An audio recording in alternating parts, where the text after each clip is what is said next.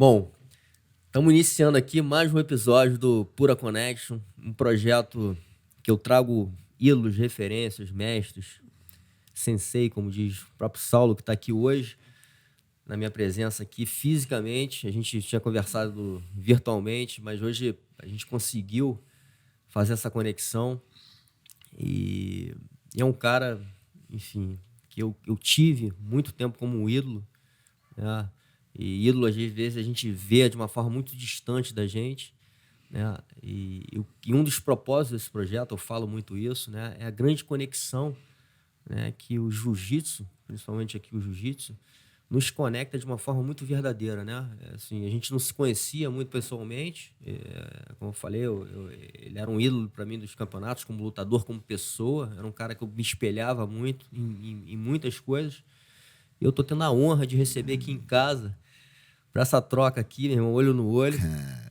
E depois a gente ainda vai se sentir aqui um pouco, dar um treino. Enfim, eu vou ter a grande honra de aprender um pouco ali, de sentir o Saulo, na verdade, né?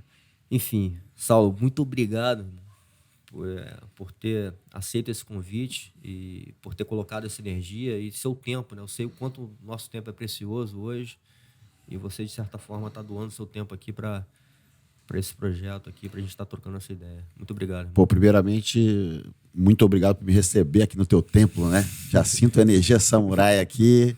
Daqui a pouco vamos transformar as palavras em ação, Boa. trocar uma sinergia de combate. E quando a coisa é importante para a gente e a gente vê a natureza do trabalho, a gente sempre arruma tempo, né? Se não quer fazer, arruma uma desculpa.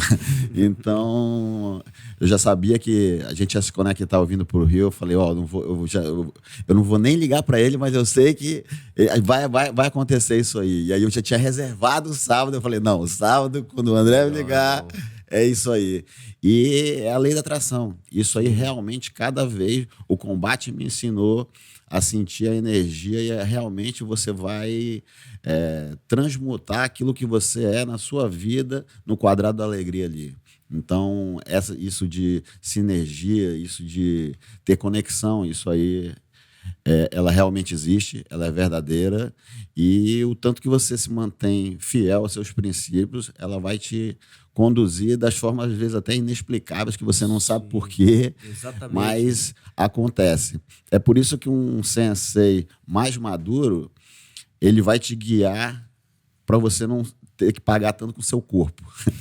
E se a gente ouvisse realmente, hoje com a minha maturidade, eu falei, pô, se eu tivesse esse pensamento quando eu tinha 20 anos, meu corpo não tinha sofrido tanto. Pois é, E impressionante como é que a gente tá até trocando aqui o offline, né, nada, cara? Impressionante como nada é que com o tempo a substitui gente vai entendendo, né? o amadurecimento. Esse amadurecimento, né? Eu acho que não só dentro do jogo, mas de vida, né?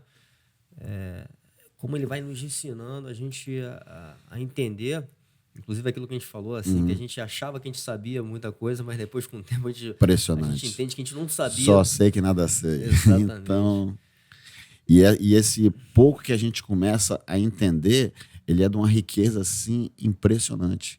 Que quanto mais as águas profundas, mais aquilo se torna claro para você. Então, e Sim. limpo e puro. Então, essa busca da pureza, da essência da técnica, é o que faz a gente continuar e ir ali todo dia. Porque é fazer a mesma coisa cada vez com mais sutileza, cada vez com mais leveza, realmente atingindo a plenitude da arte suave. Total. Então, no começo, é arte bronca mesmo, bruta, que assustou Sim. muita gente numa época romântica em que o jiu-jitsu estava tentando ainda o seu lugar ao sol, e existia uma disputa de poder, de hierarquia, de o que é Sim. melhor, o que é pior. Porque não tem melhor e pior, todos são diferentes, todos se completam.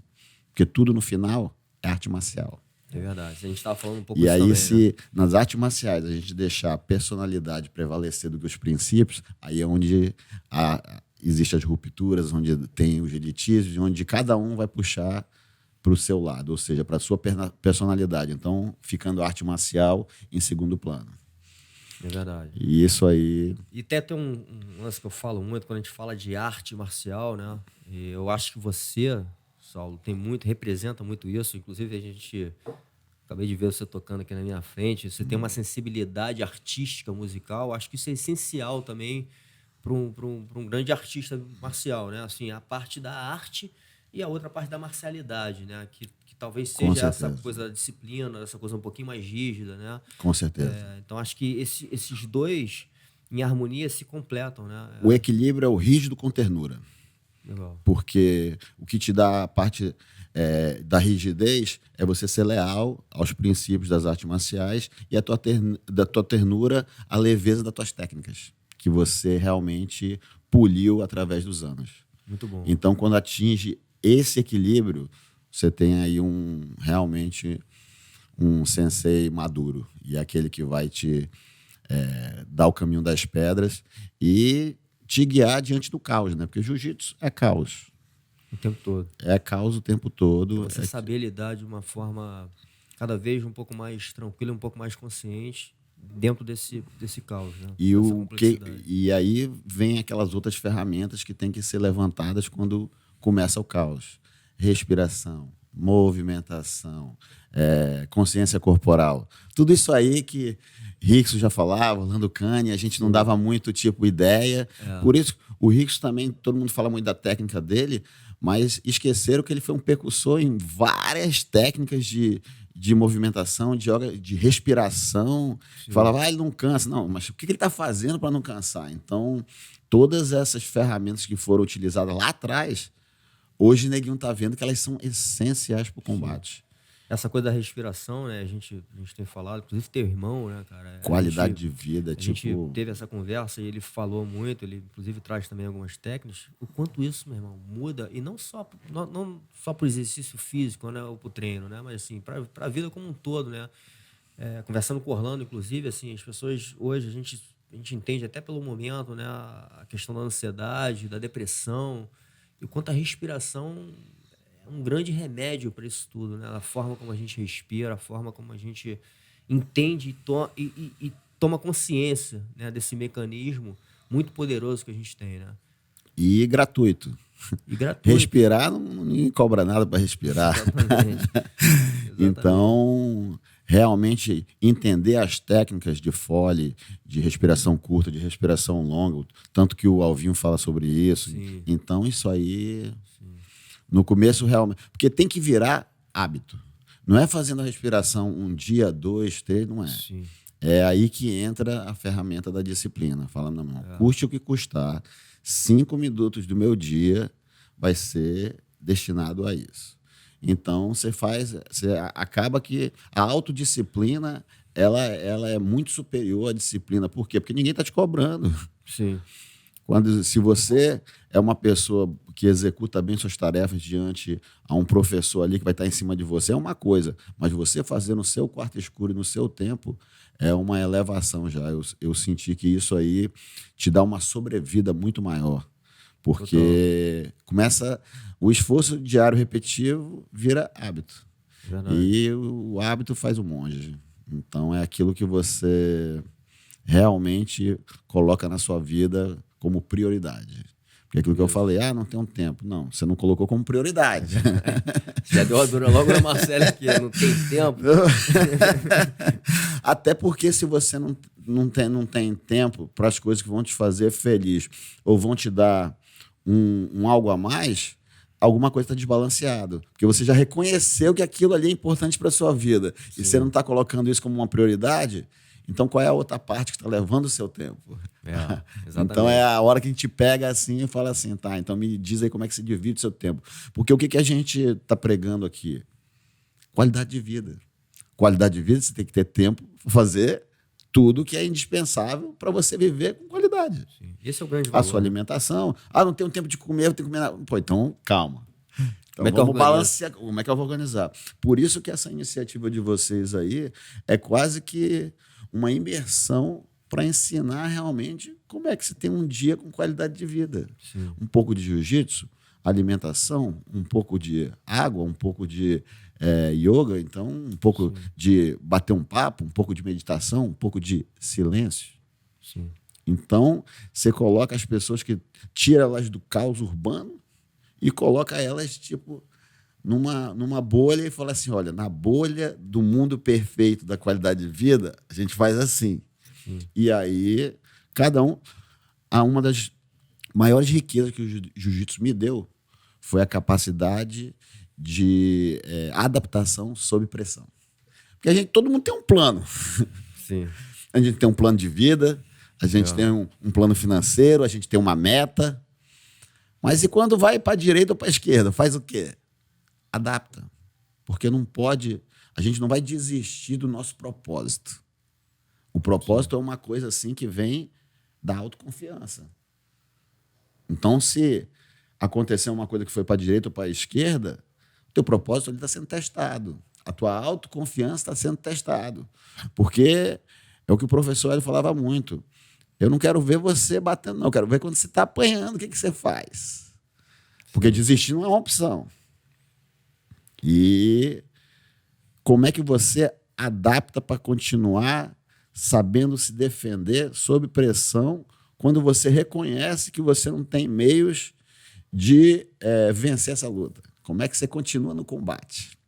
Porque essa é a grande lição marcial do professor Hélio. Eu não vou te dizer que eu te bato.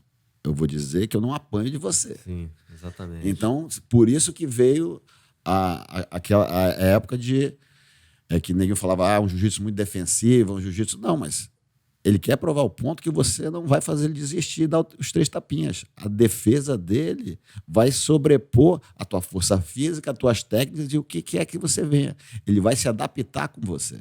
Sim. Então, isso aí, quando eu entendi isso, e ainda tendo o Royler, que é uma pessoa muito leve, para me mostrar que realmente a técnica salva, eu falei, essa ferramenta aqui é excelente. Você teve uma referência muito grande. Nossa. E até voltando, né? Vamos até iniciar aqui um pouco do seu início no jiu-jitsu, que eu acho que é muito importante falar dessa sua jornada, né? Você veio de Manaus, né? Começou o jiu-jitsu lá muito cedo, quer dizer, muito cedo. Não é cedo, né? Porque hoje, 15 anos, exatamente. As pessoas começam... A minha primeira referência foi o judô. Porque o judô sempre é uma referência de disciplina, sempre uma referência assim, de que vai organizar o amadurecimento da criança e vai dar as primeiras noções. Porque muita criança se machuca caindo no chão. Sim. Então, o judô, na verdade, já vem com aquela ferramenta de... primeira coisa, a criança tem que aprender a cair.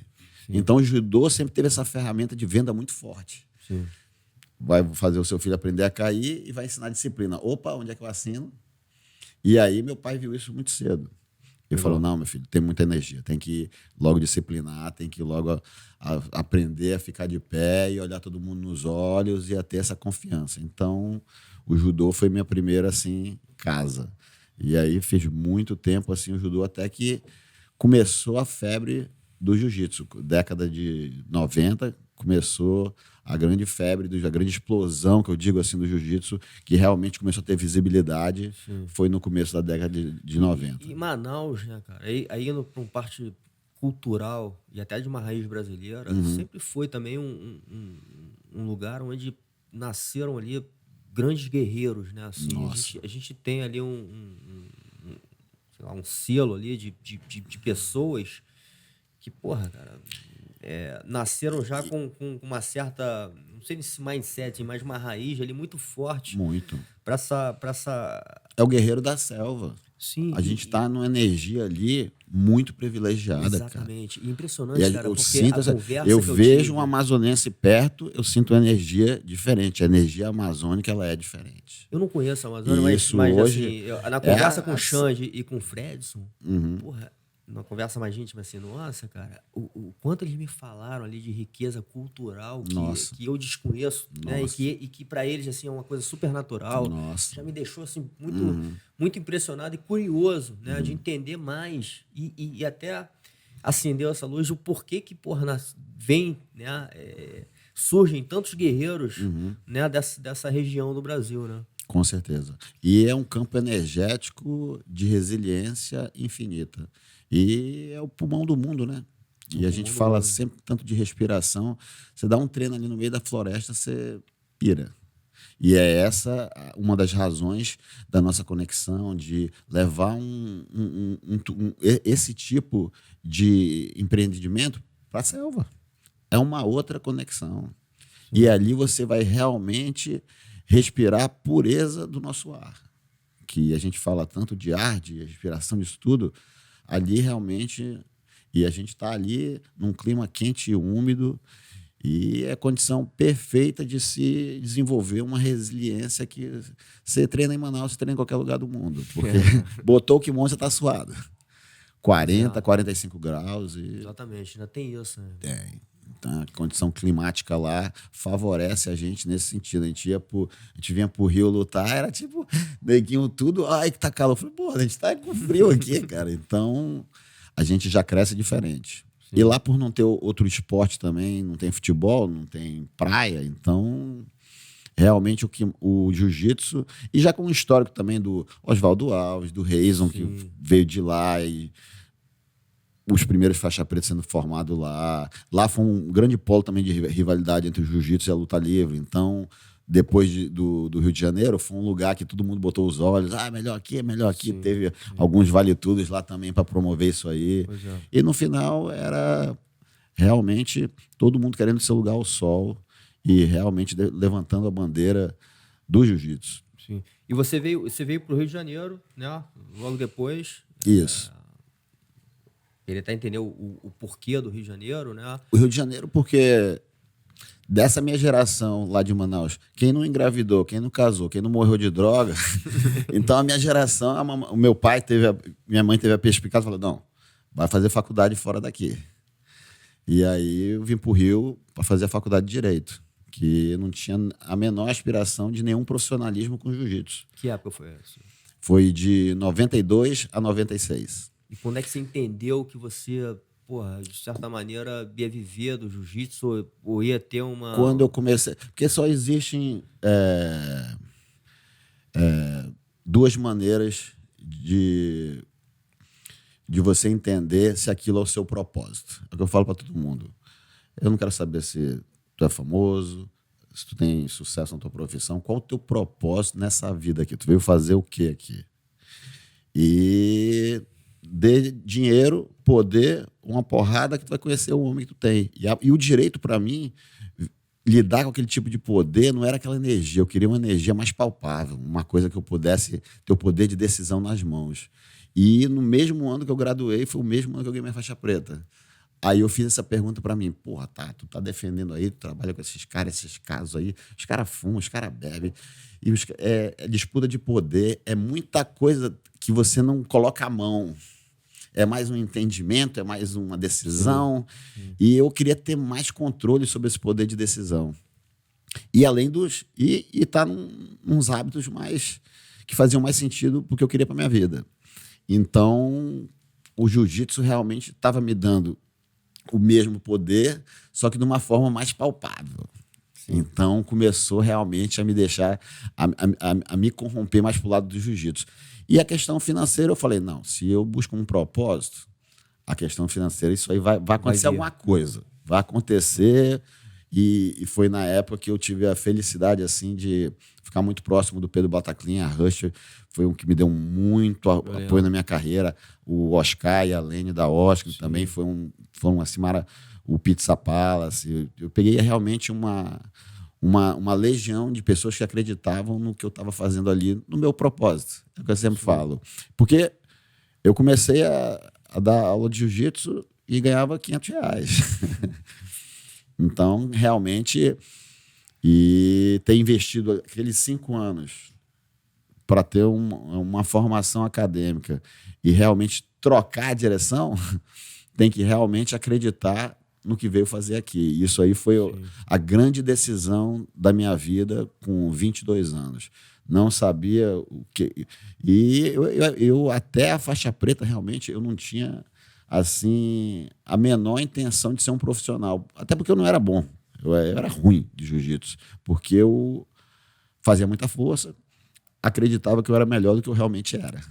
Então, eu ainda não tinha tido essa dose essa lição para mim realmente me colocar no meu lugar. E eu acho que realmente foi essa parte doutrinária de estar ali vivendo o dia a dia da Academia Gracie, de ver como é que é a melhor forma de liderança ser o exemplo, né? Sim. E o Royler realmente é um exemplo, assim, de um mestre, e acompanhei a parte do pai dele lá também, de dar as aulas. Então eu falei, cara, isso aí faz você teve todo sentido. acesso a uma fonte ali muito, Eu fui um privilegiado. muito rica, né? Por isso que eu me sinto na obrigação de ser um servo e um defensor do jiu-jitsu e segurar a porta do inferno. Porque é o que eu vim fazer aqui, servir o jiu-jitsu assim como ele me serviu. Não estaria mais aqui falando contigo, não estaria vivo. Já encarei a morte algumas vezes e eu acredito piamente que o jiu-jitsu foi realmente o que me trouxe de volta. Em várias ocasiões. Foi o que me deu a sanidade e o equilíbrio que eu precisava para superar uma situação adversa. Isso, puro combate.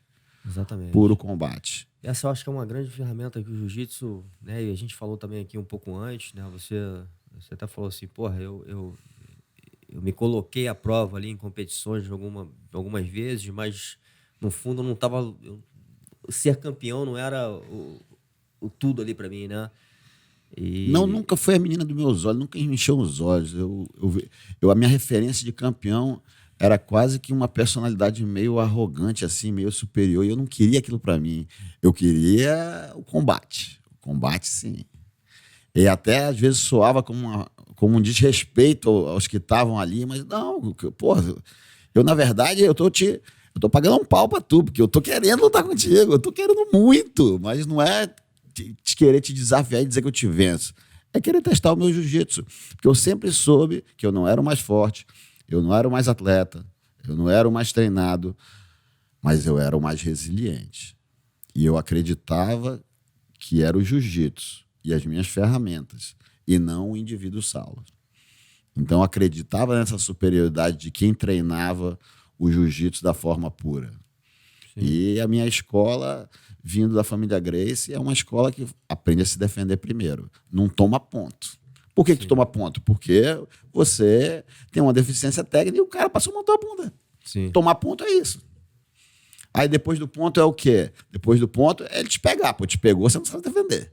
É. Então são as duas vertentes que eu cobria. Não pode tomar ponto e... Não pode deixar o cara te pegar. Não pode deixar o cara te pegar. Então quando eu cobri essas duas, eu falei, cara, meu jiu-jitsu tá bom, olha. E aí, qual é o terceiro elemento que entra? Tem que ter um plano. Estratégia. Tem que... O maior estrategista da história foi o Royler. Você viu ele competir, você sabia que ele já vinha ali com aquela traçado aquilo ali. Eu falei, é isso. Então vou virar um Royler pesado. Então isso aí para mim... E ter 3, 4 ferramentas que se o cara vacilar é tiro na testa. Então você vê que foi moldando e eu só cedi o meu corpo e o meu coração, que tem hora que tem que ter coração, o tempo fecha, tem que ter coração, e é tudo aquilo que você vai levar para a tua vida. Sim. Isso aí é a certeza que o tempo sempre vai fechar. Na vida, no combate, e que é a hora do teste. O teste é nessa hora. É engraçado você estar falando até desse teu lado aí, né? Desse teu outro lado, e te conhecendo pessoalmente. Inclusive, eu acho que agora você, como você falou também, muito mais maduro, muito mais consciente. Mas eu sempre te vi de fora assim como um cara muito fechado, né? Assim, muito. Enfim, até... Muito reservado. Não arrogante, acho que arrogante não, mas porra, o Saulo é um cara, meu irmão, cabeça focada ali, ia pras lutas muito determinado ali. Mas tem um outro lado, como eu falei assim, que é um lado da sensibilidade, do coração, né? E eu acho que isso é o que faz muita diferença para um grande lutador. Com certeza. Assim, para um cara, inclusive, a gente está falando de energia, que de certa forma transmite isso para as pessoas. Então, quando você fala assim, porra, eu tive muitos patrocinadores, enfim, que me apoiaram, porque de certa forma você passava algo mais além da técnica, né? Além da vitória. Com né, certeza. Cara? Acho que... Eles, na verdade, investiram em mim como um modelo para que as pessoas no futuro olhassem assim, ó, tá vendo? Não é aquele cara bronco, orelhudo e arrogante, não. E lembra que eu peguei a pior época, né? Que foi a época do Pitbull, do Pit Boy. Isso é uma outra coisa que eu Nossa queria senhora, falar, porque você cara. vivenciou uma época ali, Nossa cara, do senhora. jiu-jitsu que a arte estava sendo amadurecida ainda, Tava né? sendo Tinha essa coisa da amadurecida. luta livre, de nego sair na porrada, os Isso. campeonatos ainda não eram tão organizados, Nossa né? Senhora. Não era de jeito nenhum Pois organizado. é. Primeiro campeonato mundial, a gente carregou placa, pô. Botar ali, esforço coletivo. Sim. Esforço coletivo. Então, foi uma época, assim, realmente de provação. Total. Total. E E tinha muita rivalidade entre, inclusive, as academias, né? A gente estava falando aqui da questão do Zé Mário, enfim, do Carson Gracie com o Isso. Maitá. Então, Isso. assim, existia uma rivalidade muito grande que hoje, lógico que ainda existe, mas é um pouco mais amenizada, né? Assim, ainda é muito mais no fair play. Existe, muito mas aí mais mascaram esportiva. chamando de profissionais. São os Exatamente, profissionais. exatamente. Pra mim é tudo pessoal. Pra mim, Sim. esse negócio de ofender o outro, esse negócio disso aí é pessoal, mano. Você não pode faltar com o respeito. O respeito é tipo a entidade máxima de um samurai. Nenhum homem tem o direito de respeitar outro homem. Isso aí eu coloco muito claro. Um que desrespeita o outro está dando o direito do outro de fazer justiça com as próprias mãos. Porque é uma lei imaculada entre homens. Não pode um desrespeitar o outro em qualquer hipótese. E isso é uma coisa que eu passo muito assim nas minhas escolas. Respeito acima de tudo. Eu acho que isso é uma outra coisa, um ensinamento importante sobre a arte marcial. E quando a gente fala do lado, inclusive, marcial, né? Assim, a marcialidade, ela traz um pouco a questão da gente respeitar o outro, né? E o jiu-jitsu nos ensina. Acho que a gente... E esse respeito vem da gratidão de saber que eu preciso do meu adversário para me elevar. Total. É daí que vem o respeito. Mas se tu não for grato, se tu não tiver gratidão dentro de você, como é que você vai ter respeito? É verdade. Então a gratidão ela é anterior ao respeito. Sim. Porque aquela pessoa está te dando uma oportunidade de te melhorar, de transformação. Porque se ela não fosse resiliente, combatente e tá te botando em certos apuros, você não teria essa oportunidade. É verdade. Eu até falo para meus alunos, uma coisa que eu falo assim, quando o cara te pega, olha no olho, agradece e continua. Então, assim, é importante. Quando você conseguir fazer isso aí, me avisa. Mas porque a primeira reação é a frustração. Frustração de porra. Exatamente. E controlar essa frustração faz parte do processo evolutivo. Total. Então, isso aí é uma coisa... E não tem aquele cara... Tem um cara que te pega na categoria e tem o grosso. São duas frustrações diferentes. Sim. Diferente. Então, cada tipo de frustração é um aprendizado. Por isso que é bom ter o grosso também. Não é ruim, não. Não é ruim, não pode deixar ele muito manso, não. Tem que deixar ele do jeito que é, porque cada estímulo é uma reação diferente. Sim. Por isso que jiu-jitsu você tem que ter eu digo assim, você tem que ter todas as ondas dentro do mesmo lugar. Você tem que ter pipeline, você tem que ter o aimeia, você tem que ter arrapoador, você tem que ter tudo no mesmo lugar. Sim. Porque cada um vai te exigir uma habilidade, uma capacidade de adaptação diferente. Total. E é aquilo que a gente fala, né? Então vamos fazer o livro de regras. O que é o livro de regras? São aquelas coisas que não precisam ser falado. O kimono tem que estar limpo, unha cortada. Por quê? Porque ali é combate, é caos. É a relação mais íntima que você vai ter fora de amor. É verdade. Combate e é isso. Mas você levantou isso aí, né, cara? E isso é um negócio até questionável. Quer dizer, questionável. Uma coisa que, ao longo do tempo, a gente primeiro, acho que a gente perdeu isso, né? Se a gente for comparar com o judô, o jiu-jitsu, ele foi crescendo de uma maneira, não sei se organizada, mas enfim, completamente, não se dava completamente. tanto valor. E o judô se tornou aristocracia por ser um esporte olímpico.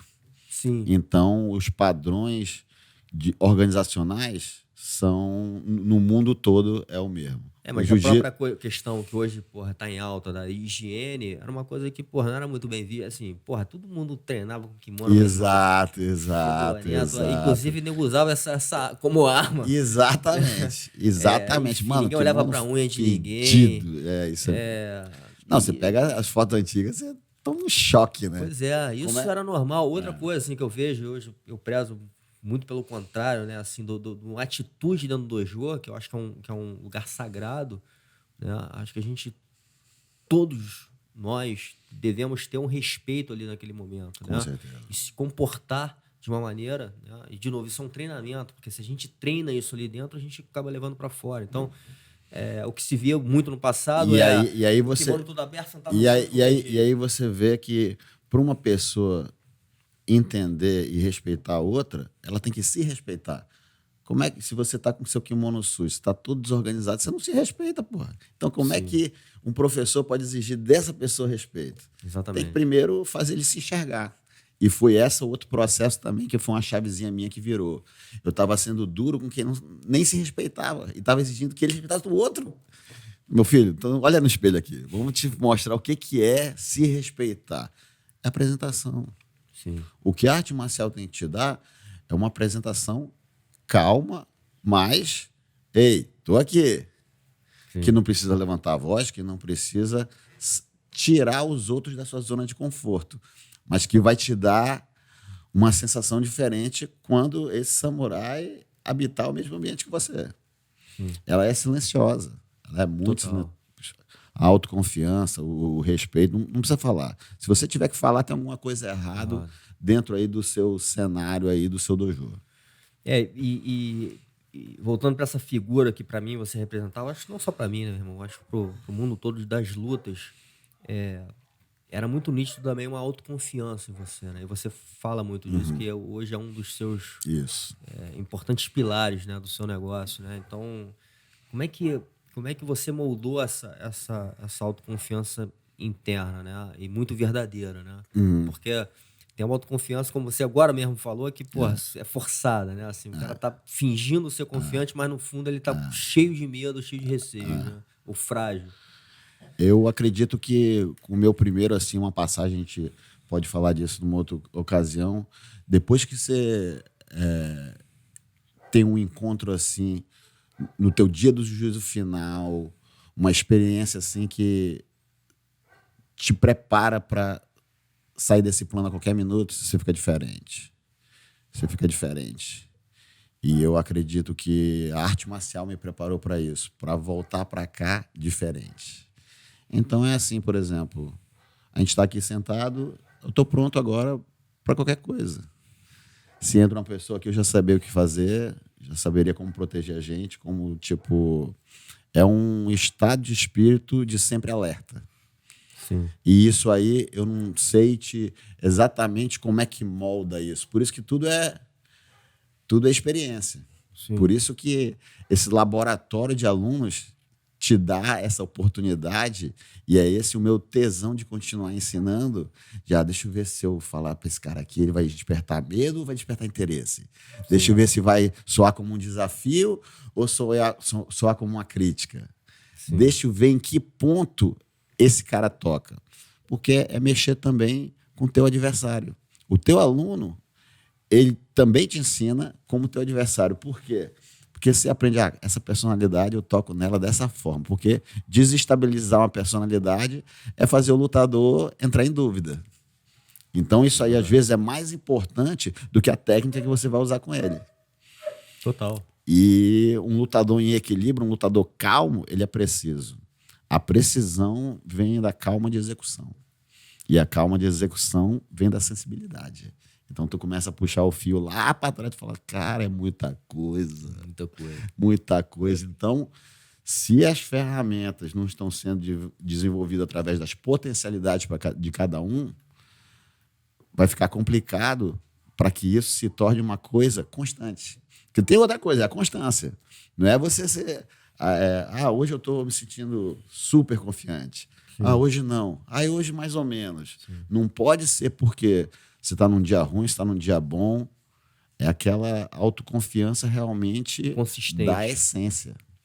Quando você atinge a autoconfiança na essência, essa aí, ela realmente é uma dádiva, é um presente. Sim. Quando você atinge essa plenitude e saber que você realmente sabe das suas potencialidades e das suas mazelas também. Sim. Porque a gente passa, quando a gente tem um entendimento, a tratar muito mais nossos pontos de deficiência do que dos nossos pontos que colocam a gente num estágio evolutivo de calma.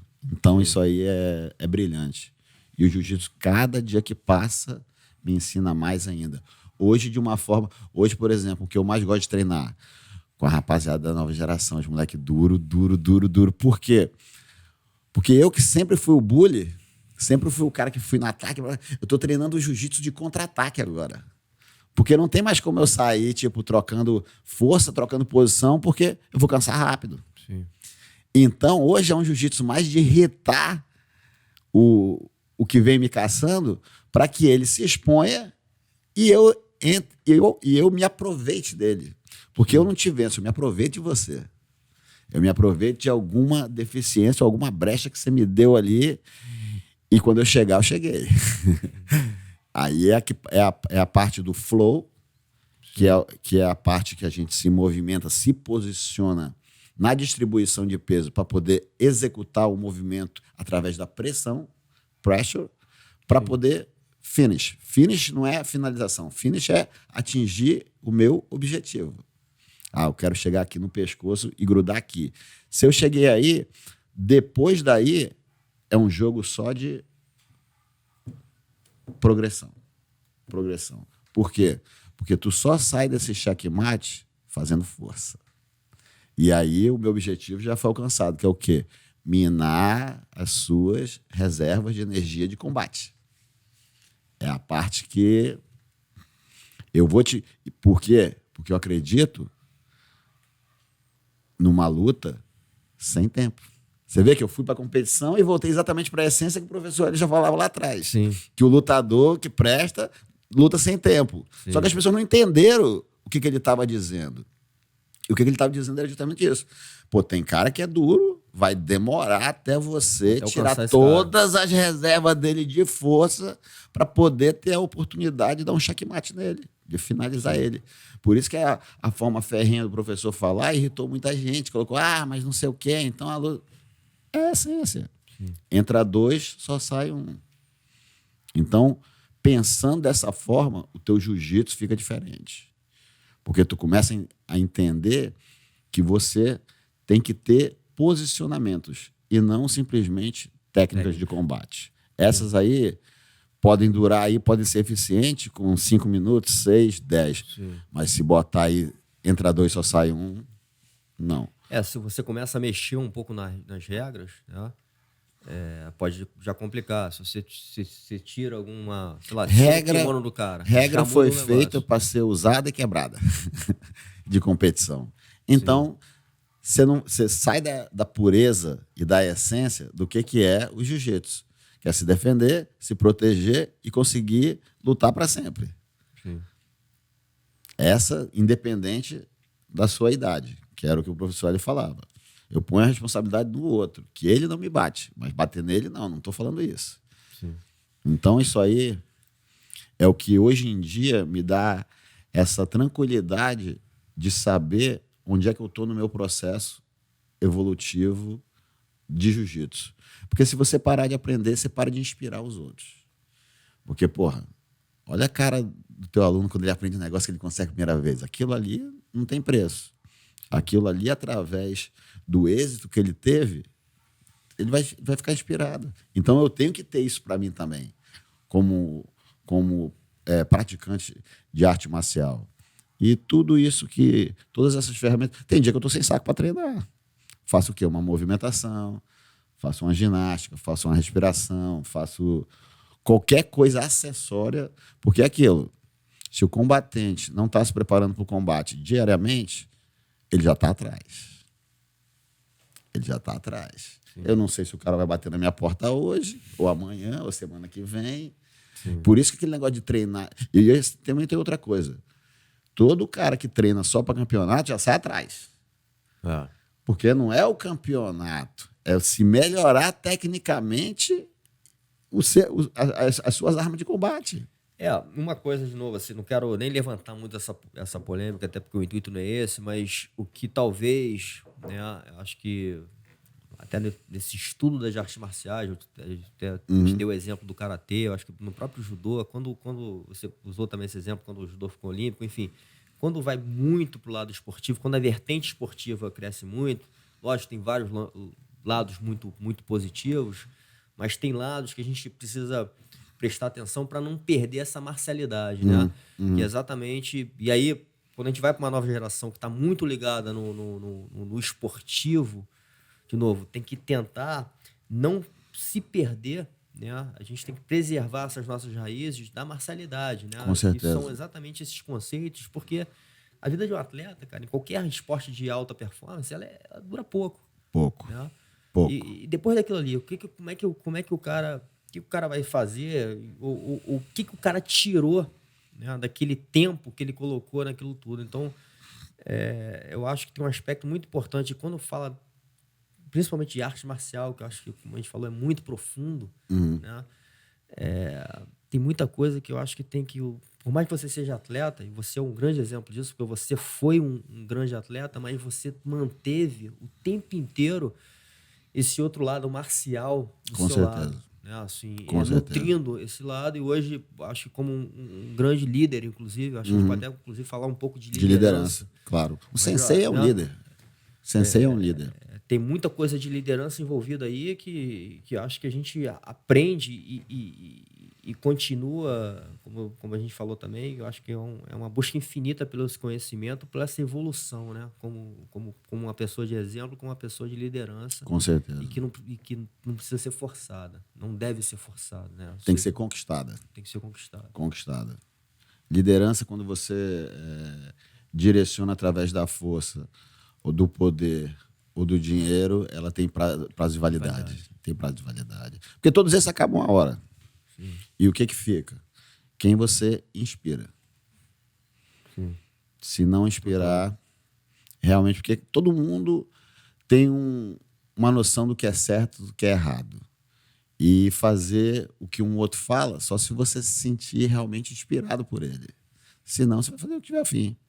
E na hora de decisões importantes na vida, um bom líder vai saber te colocar no caminho para te dar todas as opções, porque no final, quem vai tomar a decisão é sempre o combatente. Sim. E o que a arte marcial nos ensina é lidar com decisões. Se eu for para a direita aqui, pode acontecer isso. Se eu for para a esquerda, para qual eu vou? Nenhuma das duas. Sente o clima. Sente o que é a tua ação, reação ligada à essência do teu jiu-jitsu de combate, ou à essência do que você realmente é, do teu propósito. Sim. Por isso que cada vez mais, se a gente prega que o jiu-jitsu tem que ficar aliado à nossa qualidade de vida, a gente não pode quebrar o corpo, a gente não pode também só pensar em campeonato, a gente tem que pensar no processo evolutivo do seu jiu-jitsu através das fases da tua vida. Sim. Porque aí eu vou chegar o que agora? 50 anos não vou treinar mais? Não, treino. Diferente. Sim. Como é que é essa fase de treinamento? Como é que é dos 55, dos 60? E assim, até você chegar lá, você já vai ter passado tudo de uma forma assim orgânica, palpável, que você vai poder realmente falar com propriedade do que você viveu. Sim. Sem kimono é uma outra arte marcial que vem. O no-gi veio da onde? Daquele dia que a gente, sexta-feira, que tá todo mundo de saco cheio de treinar de kimono, tirava a parte de cima e treinava. O grappling veio daí. Então, no final, tudo é o quê? Tudo é jiu-jitsu. Sim. Tudo é jiu-jitsu. Então, essa universalidade de ferramentas tá tudo aí para a gente utilizá-la com propriedade. Visando o quê? Proteção. Você não acha que você vale a pena como pessoa, como ser humano? Então, protege. Pô, você não vale a pena? Isso é o quê? Amor próprio. Sim.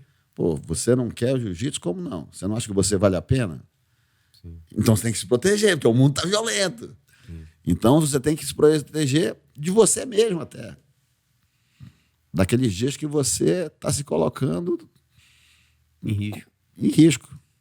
E não só fisicamente, como espiritualmente, como emocionalmente. muito, né? Muito, cara. Hoje em dia, cara, olha aí Muito. como é que tá o negócio de Sim, suicídio, depressão e todas total, essas coisas total. aí. Então é Isso tipo talvez assim, seja o pior, o mais difícil você lidar, né? Com seu próprio emocional, enfim.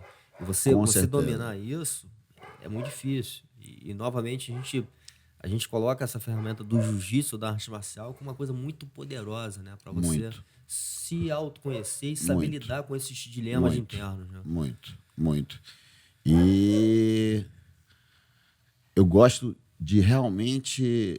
Uma coisa que me encanta da parte competitiva é que você realmente vai à vera. Exatamente. É diferente. Você vai Você à tá dando vera. ali, e eu acho que o jiu-jitsu Exato, proporciona isso, né? Porque exato. talvez uma outra arte marcial você tá sempre ali não Agora, dando o 100%, né? exato, exato.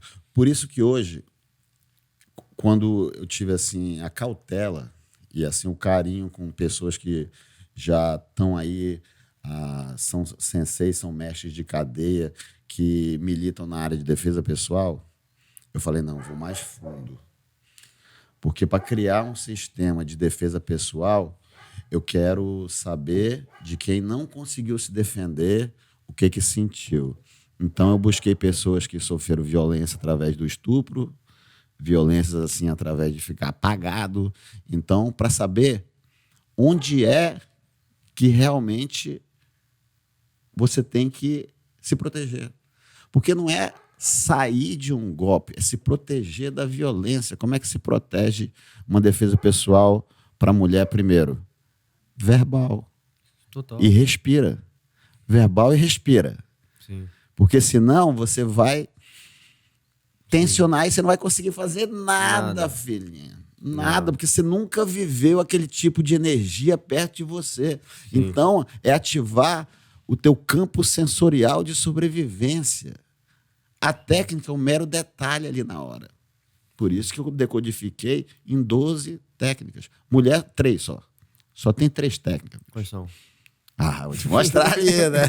Não dava de falar aqui. Mas você vai ver que no final, se ela realmente valorizar aquele entendimento, ela vai estar pronta. Mas ela tem que valorizar aquele entendimento. Ah, não quer fazer, não? E se fosse sua filha? Então você vai ter que jogar também com muitas palavras assim que toquem ela de uma forma diferente. Que foi a Sim. forma que eu convenci uma tiazinha alto escalão do governo, 50 e pouco. Não, isso aqui, negócio de se deitar no chão, fazer posição, que não, isso eu não preciso, tem uma arma. Cada um faz. E para mostrar para sua filha. E se vinha. Aí ela mudou. Você vê? É onde a gente consegue. Tem sempre uma porta de entrada. Sim. É isso que o jiu-jitsu também me ensinou. Sempre tem. Sempre tem. Então, você sempre tem uma chance. Saber que você sempre tem uma chance é maravilhoso. Sim. Não importa o tamanho, não importa o jeito. Por isso que, para mim, foi muito difícil aceitar o surf. Porque o mar eu não tenho chance. Já sei que contra o mar eu não tenho chance.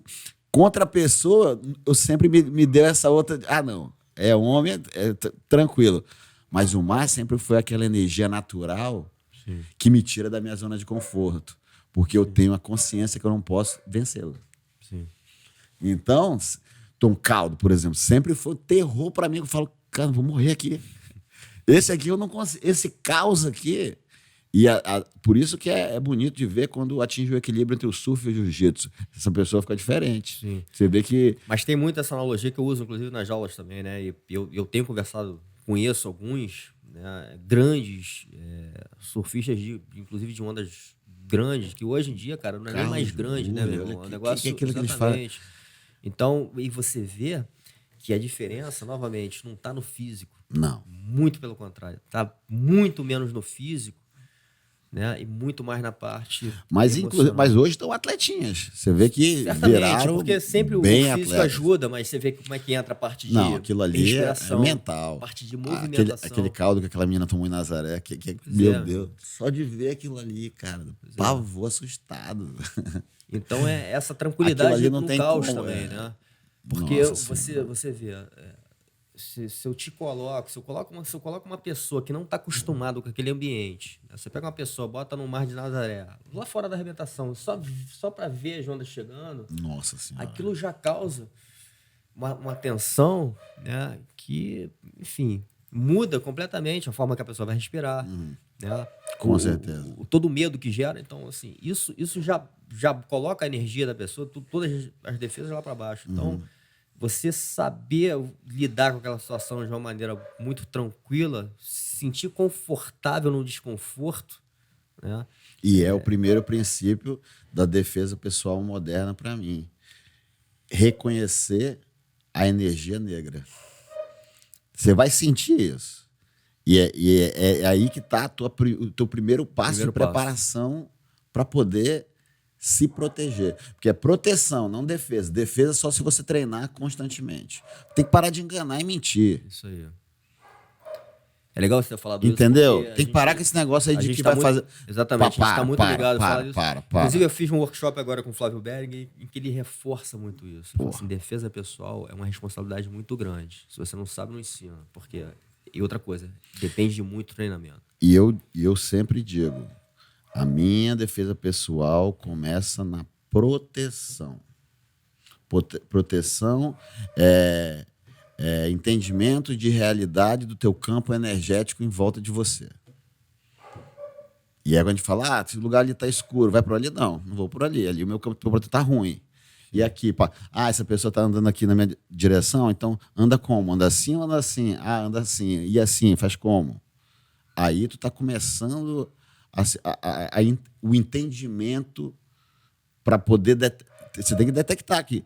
Você vai ter, ainda mais mulher com homem. São duas categorias de força totalmente desnivelado.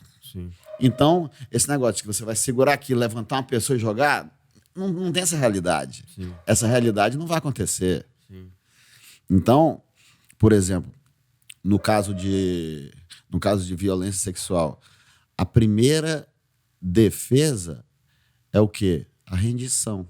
Como a rendição? Finge que deixa. Para aí o outro acalmar e você agir. Se você se debate, você está dando exatamente ao predador aquilo que ele quer. Sim, a sensação de empoderamento. Exatamente. E aí você, quando se debate, você irrige e não respira. Então seu corpo vira uma pedra. Então você não tem a menor chance de se desvencilhar de uma força bruta de ação. Então você vê que quando as pessoas que passam isso e relatam, tu vê onde é. Aí foi quando eu... Então você vê, você engana o predador fingindo redenção. Que aí é onde você tem realmente a capacidade de proteção. E é aquilo que a gente fala, defesa, só se treinar jiu-jitsu. Aí você vai ter que treinar jiu-jitsu. Porque o que é a defesa?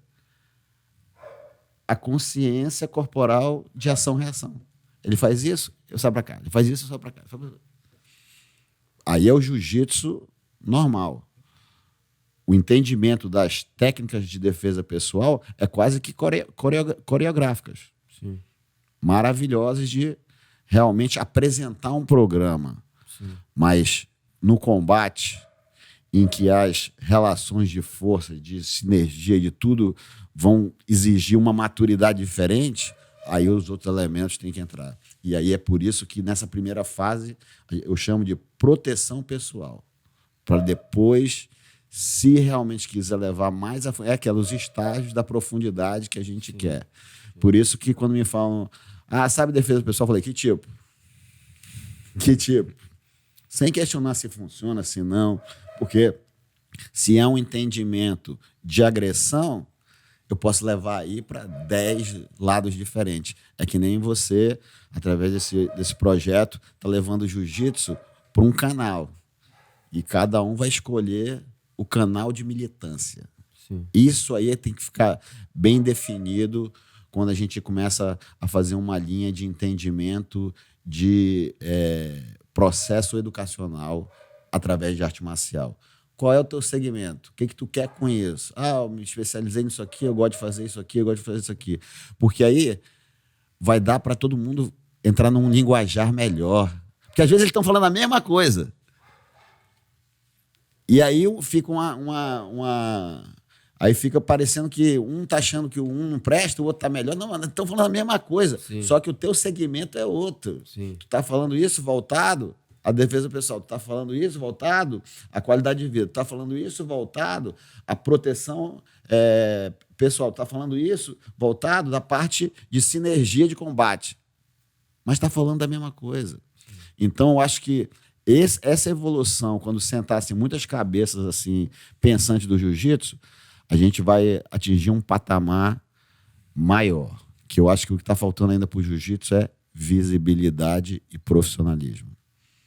Sim. Se a gente não chegar na televisão aberta e se a gente não realmente entender que um órgão profissional vai ter que selecionar um monte de coisa, a gente ainda vai ficar para trás de quem está se especializando.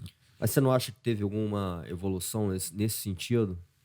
Completamente. Completamente. A melhor coisa que o jiu-jitsu fez foi internacionalizar. Que aí eles lá fora começaram a dar mais valor à nossa arte do que nós mesmos. Sim. Você viu que o status de professor de jiu-jitsu só começou a ser reconhecido como uma profissão depois que o jiu-jitsu foi lá para fora. Verdade. Depois, antes, não, eu sou professor de jiu-jitsu. Não, mas faz o quê, David? Não, eu sou professor de jiu-jitsu. Por quê? Porque aí foi pra gringa e se internacionalizou, fala, não, é uma profissão. Só porque foi para lá, agora virou profissão. Tem aí professores de cadeira aí desde a década de 70 que vocês não estão reconhecendo. Por quê? Porque não tinha um cunho de sucesso, não tinha um cunho de que, eu consigo viver disso, porque não tinham sido apresentadas essas pessoas. Mas você foi ver, tem muita gente que vivia de jiu-jitsu. Sim. Dentro de uma realidade de qualidade de vida que seguia os padrões dele. Mas era viver do jiu-jitsu. Então não é uma coisa que surgiu hoje de viver do jiu-jitsu, mas é que hoje internacionalizou. E tem muito jiu-jitsu bom aí, cara. Tem países aí com jiu-jitsu fantástico. A China agora está sensacional. Filipinas está sensacional.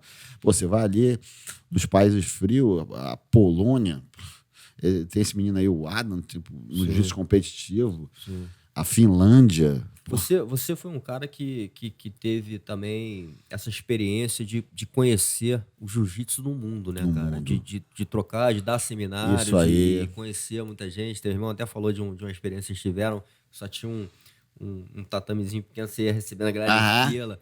Enfim, uma experiência muito rica também, né? Porque você conhece culturas diferentes. Com certeza. Né? E pessoas que pensam muito diferente, que você está apresentando o jiu-jitsu ali, às vezes, pela primeira vez. E você vê como o jiu-jitsu impacta de maneira diferente, dependendo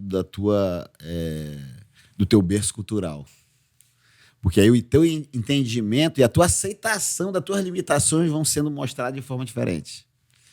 O japonês, por exemplo, ele fica logo bom técnico de jiu-jitsu. Por quê? Porque ele tem uma submissão aliada ao respeito que dá a ele a possibilidade de não questionar. Então, isso aí já é muito bom. O francês, ao contrário. O francês é crítico. O francês ele quer saber o porquê de muitas coisas e o jiu-jitsu, às vezes, não tem porquê. Sim. Vai ali que tu vai começar a sentir o jiu-jitsu. Porque você vai começar a desenvolver a sua consciência corporal. Consciência corporal, saber andar, saber pisar e ter a leveza de fazer isso. Por exemplo, por que os tiozinhos, quando vai ficando mais velho, vai ficando mais duro? Porque não se movimentam, não se alongam e não dançam. Porque dançar é o que te dá esses dois aqui sob pressão. Então, se você não dança, como é que você vai combater? Que é a dança da porrada. Se você não sabe movimentar. Engraçado você estar falando isso, porque o Orlando Cane fala, ele conectou, você sabe que ele conectou a dança na bioginástica. Sensacional. Eu falo pra todo cara, falo, dança aí, mano. E vergonha. A vergonha te dá o quê? Rigidez. Exatamente. Tá sob pressão te dá o quê? Rigidez. E a dança te deixa o quê? Soltinha. E as pessoas pararam de dançar. As pessoas não dançam, as pessoas não cantam. Então a musicalidade ter entrado na minha vida muito cedo Me deu um outro tipo de referência, porque a pessoa me vê, pô, esse cara é grande, é forte, É. mas não sabe o tanto da minha leveza, da minha moleza, da minha técnica. Que é quando a pessoa treina comigo, ela me vê e fala, porra, cara, eu achei que tu ia me amassar, que tu... Pô, o cara é mó delicado. Porque é isso que te dá. Eu vou descer para o nível de entendimento da pessoa que está combatendo comigo. E vou fazer da forma... Se ela se machuca, eu trago a responsabilidade para mim. É sempre culpa da energia de combate que está te dançando contigo. E essa, quando ela é mais experiente, ela tem que ter essa consciência. Sim. Que é quando treina com faixa branca, que é quando treina com uma mulher, que é quando treina com uma pessoa competitiva. Ele tem que se moldar a essa realidade. Eu e o Alexandre, a gente nunca se machucou treinando. Olha que coisa incrível.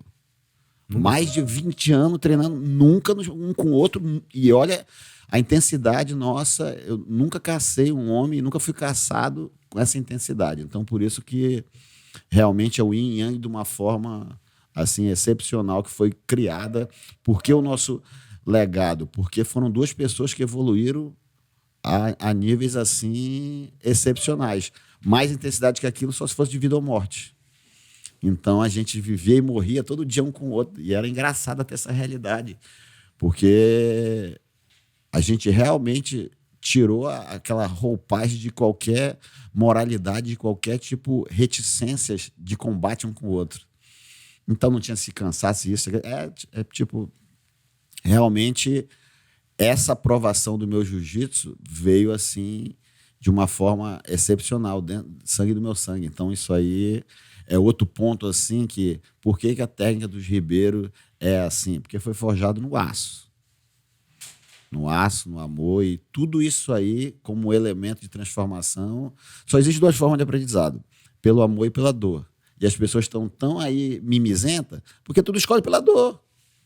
Não estão exercendo gratidão, não estão exercendo generosidade, porque são as formas de ativar o amor. Sim. E aí vem para a forma mais elevada, que é o amor incondicional. O que é a incondicionalidade? Sob qualquer circunstância, que volta para o combate. Sim. Ah, tu tem que treinar para lutar esse campeonato sobre... Meus últimos campeonatos agora, eu lutei destreinado para saber como meu jiu-jitsu reagia destreinado. É excepcional como eu conseguia me adaptar. Vinha muito também do outro cara não ter essa autoconfiança e tá lutando com o nome Saulo. Então eu via isso nitidamente, que ele podia ter apertado muito mais, não apertou porque estava lutando com o nome. E isso para mim já é uma vitória. Porque a minha energia conseguiu bloquear ou o pouco entendimento dessa pessoa. Que o Saulo... É um combatente, mas hoje ele está nessa condição, nisso. Eu tenho mais chance do que ele, então eu vou morder ele. Mas, tipo, é esse tipo de maturidade de combate que tem que ser testado. E eu vejo hoje no jiu-jitsu moderno muitas pessoas querendo se autoafirmar através da vitória, não do combate. Porque não estão realmente querendo arrancar a cabeça um do outro. Estão usando técnicas específicas para ter uma vantagem numérica e assumir que aquilo ali é uma grande vitória. Quando, na verdade, o campeão não é aquele que ganha ou que perde, é aquele que se apresenta na essência daquilo que ele acredita ser certo e verdadeiro. Essa é a minha realidade de campeão. Portanto que eu já fui muito mais agraciado em derrota do que em vitória. Você sabe por quê? Porque na derrota parece que o homem comum se sente muito mais perto daquela realidade. E ele quer ver como é que o outro se comporta.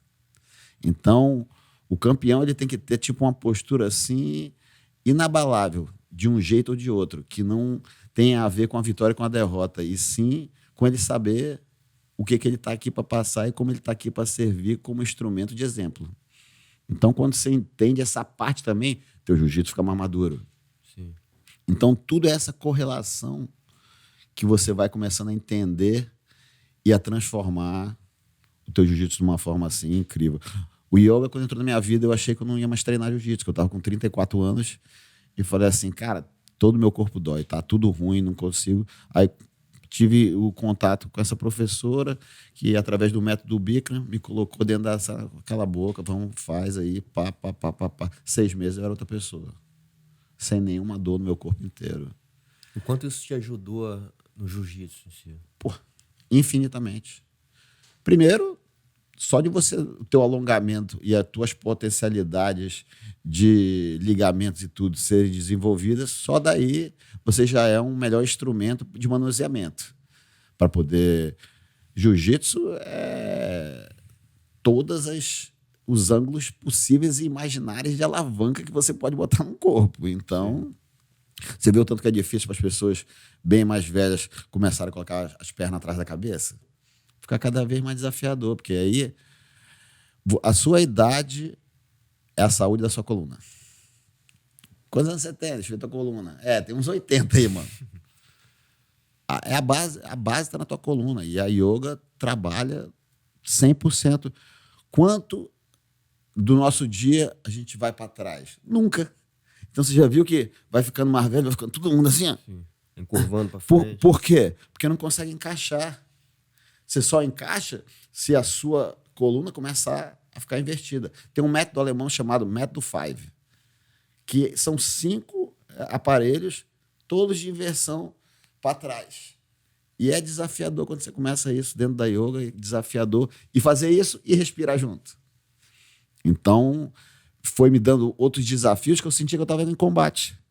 Então, essa ideia de estar na yoga e se sentir vulnerável foi a que me deu assim, porra, aqui o negócio é sério. Porque eu sempre tive aquela ideia daquele negócio zen, que era só...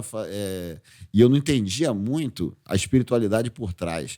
Então, o método me pegou pelo combate, por ser desafiador, e aí eu realmente incorporei o que faltava no meu processo de purificação corporal, porque é uma purificação. Sim. Você está tirando várias mazelas, você está tirando zonas de tensão lombar e cervical. Por quê? Porque é onde você deposita suas frustrações, as suas negatividades. E aí é onde tensiona primeiro. Tensionou, quebrou.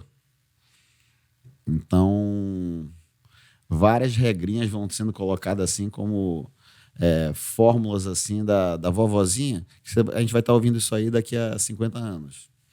E cada vez mais a gente entender que a gente é produto dos nossos hábitos.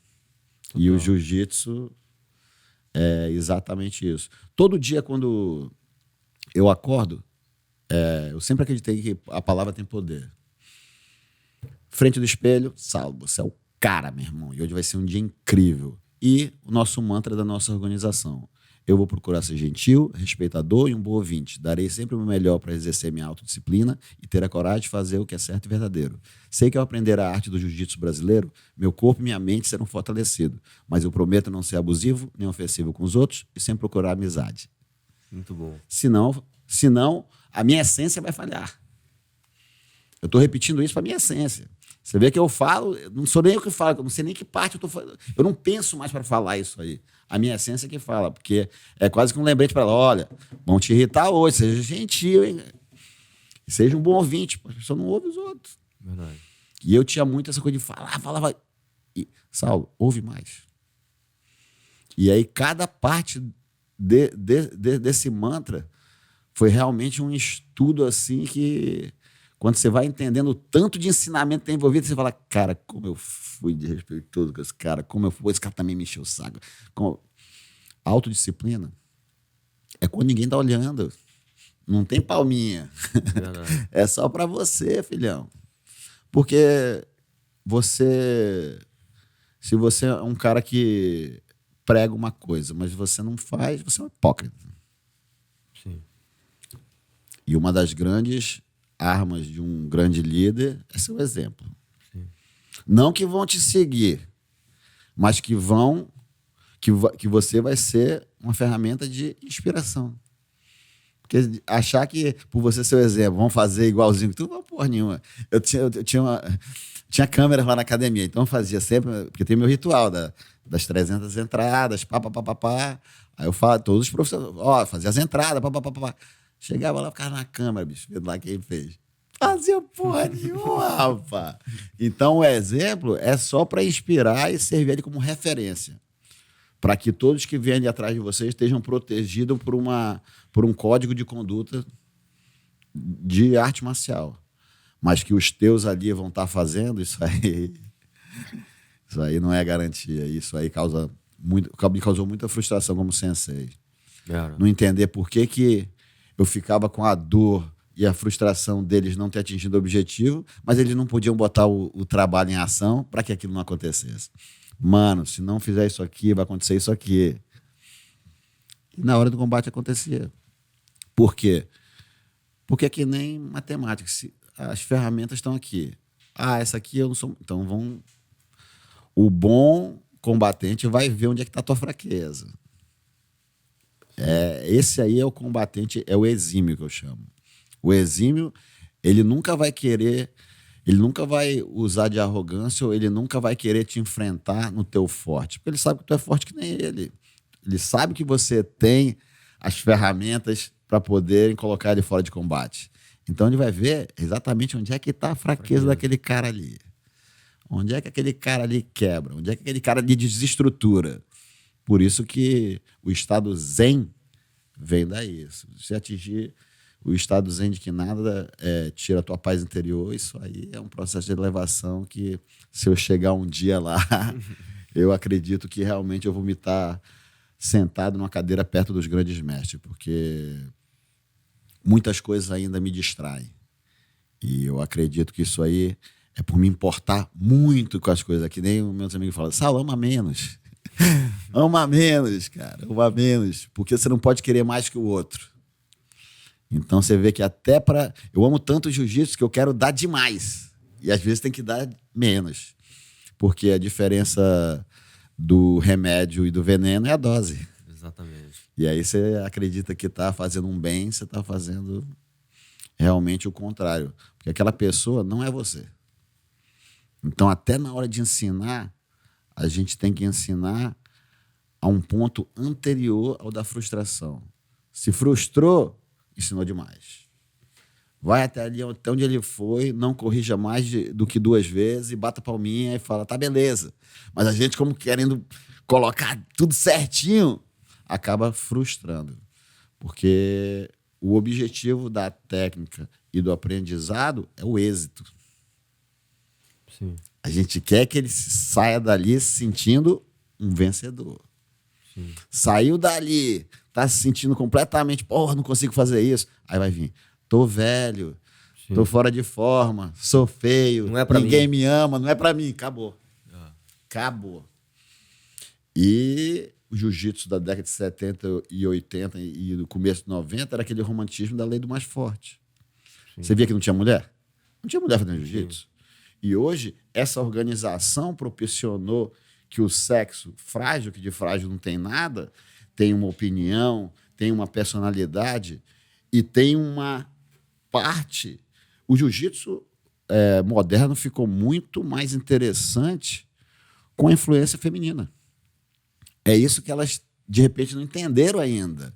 Porque a sutileza, a leveza, pela ausência de força e um combate mais rápido, mostrou uma destreza que o jiu-jitsu é capaz de... É que nem no surf, quando começou o neguinho a dar aéreo, a virar. Sim. Isso aí só começou com a ousadia, a leveza e a técnica linda que é desenvolvida, porque ninguém fala no jiu-jitsu. Mínimo de força, máximo de defesa. Mas quem tem força, faz força.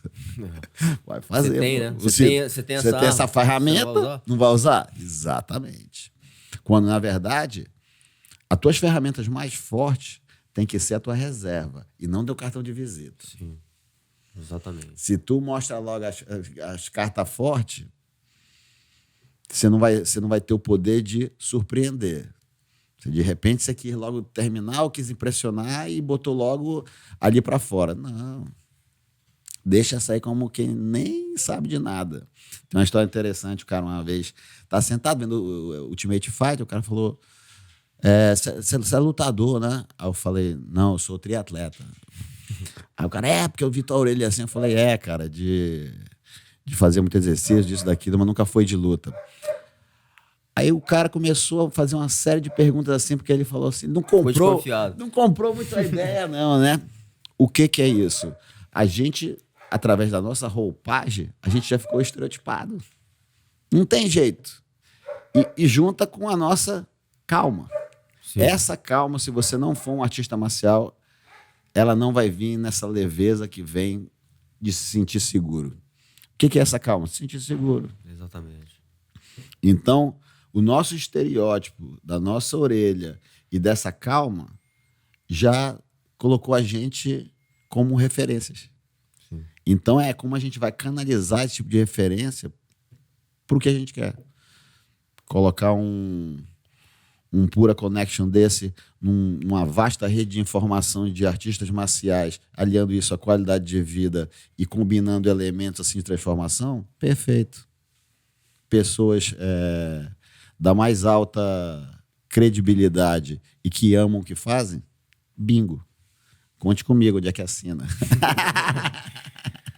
Saulão, meu irmão, muito obrigado, cara. Você é realmente sensacional e porra, como eu te falei no início aqui da conversa, uma grande honra ter você presencialmente aqui comigo. E tudo que você falou, acho que é muito valioso, né, para nossa comunidade e para outras pessoas também. A gente tem muita gente conectada aí.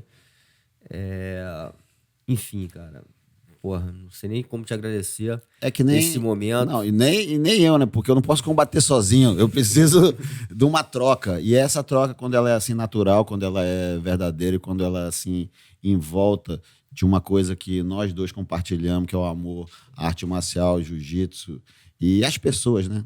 Porque a gente tá aqui como ferramenta de serventia de transformação. Total. Então, toda pessoa que a gente coloca a mão, a gente tá realmente fazendo uma troca. E a gente se apropria da energia delas e a gente passa isso aí tudo de volta. É o que me faz acordar com disposição e saber que hoje eu vou impactar a vida de alguém. Então isso aí para mim é tipo a vida dos sonhos. E você tá nessa missão e fazendo um trabalho incrível. Eu acho que isso impactou a vida de muitas pessoas com até certeza. hoje, né, cara? Inclusive Com você tem certeza. uma grande academia muito bem estruturada, né? Assim, com grupos certeza. de pessoas espalhando, disseminando isso pelo mundo afora de uma maneira muito nobre, né? Com certeza. Então, parabéns por todo esse teu trabalho e por tudo que você fez pelo jiu-jitsu e está fazendo ainda, né? Um grande representante da nossa arte. Muito obrigado e conte comigo. Para fechar aqui, meu irmão, vamos levar um sonzinho aí para mostrar essa sensibilidade artística que, porra, você me surpreendeu aqui no início, aqui em off, aqui com a gente. Então vamos aqui. Isso aqui eu sou um cara muito reservado, né? Sou um cara tipo de poucos amigos e minha mãe sempre falou, Saulo, você ama a sua companhia, você tem que ter uma válvula de escape, vai fazer música, meu filho, vai fazer música.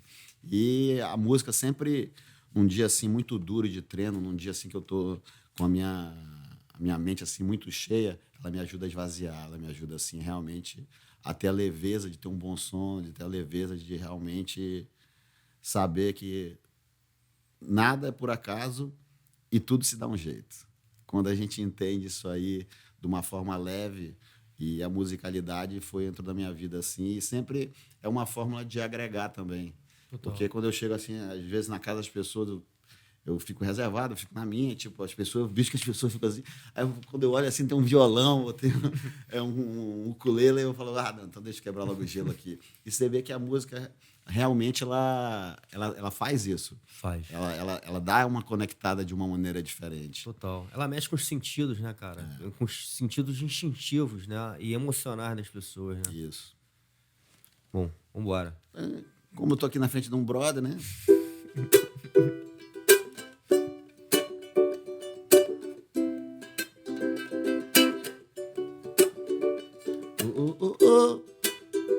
My brother, oh, oh, oh, oh, my brother, oh, oh, oh, oh, oh, my brother, oh, oh, oh, oh, my brother.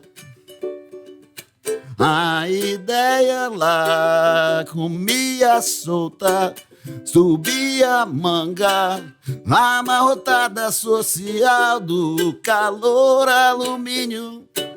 Não tinha caneta nem papel, uma ideia surgia, era o rodo cotidiano, era o rodo cotidiano.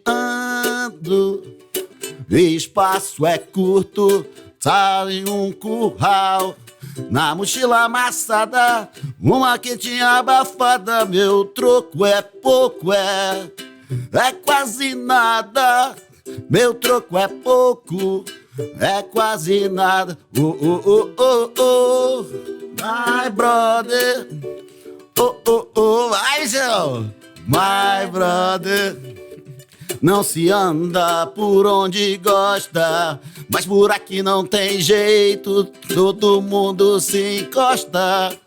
Ela some de um ralo de gente. Ela é linda, mas não tem nome, é comum e é normal. Sou mais um do Brasil da Central, da minhoca de metal que entorta as ruas, da minhoca de metal. E como um concorde apressado, cheio de força, que voa mais pesado que o ar. E o avião do trabalhador. Oh, oh, oh, my brother. Oh, oh, oh, oh, my brother.